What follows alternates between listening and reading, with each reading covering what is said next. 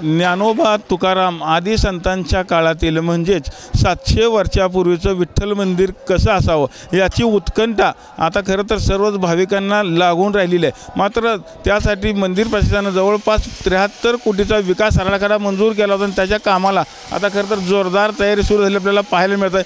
आपण जर बघितलं तर देगलूर येथून काळ्या खाणीतून हा खरं तर पाषाण आणला जातोय आणि त्यासाठी मंदिरामध्ये तो बसवण्याचं काम आता जोरात सुरू झालं आपल्याला पाहायला मिळतं आहे। 1.5 बाय 2चा खरं तर फ्लोरिंग इथं केलं जातं आहे जेणेकरून भाविकांचा त्याच्यावरून पाय घसरू नये यासाठी देखील त्याला टाच्या मारण्याचे देखील काम आता सुरू झालेलं आपल्याला पाहायला मिळतं। एकूणच 700 वर्षापूर्वीचं मंदिर कसं असावं हे पाहण्याकरता खरं तर जगभरातून भाविक खरं तर पंढरपूरमध्ये आता येणार आहेत।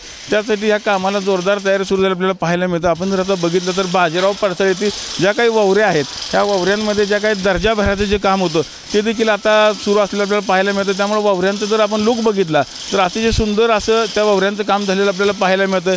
त्याचबरोबर दीपमाळ असेल दीपमाळ्याचे देखील आता इथं काम सुरू झालेलं आहे। त्यानंतर जर आपण बघितलं तर महालक्ष्मीचं मंदिर आहे ह्या लक्ष्मीच्या मंदिरावरती जे काही सिमेंटचं किंवा मातीचं जे काही काम होतं ते देखील आता काढून पूर्णपणे दगडाचं काम सुरू झालेलं आपल्याला पाहायला मिळतं। एकंदरीत जर आपण बघितलं तर या कामाला आता गती आलेली आपल्याला पाहायला मिळत आहे। खरं तर मुंबई येथील एका कंपनीला हे काम देण्यात आलेलं आहे। या कंपनीला 18 महिन्याची खरं तर मुदत देण्यात आली। जवळपास 2 वर्षामध्ये संपूर्ण मंदिराचा आता नकाशा खरं तर बदलणार आहे।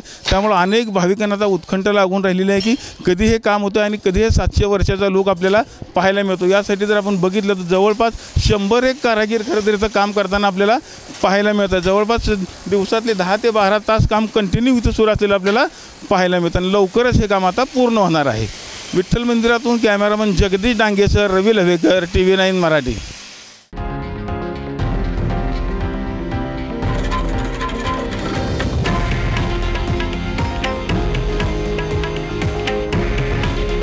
हे आहे देशातील नंबर 1 न्यूज नेटवर्क आणि आपण पाहत आहात TV9 मराठी।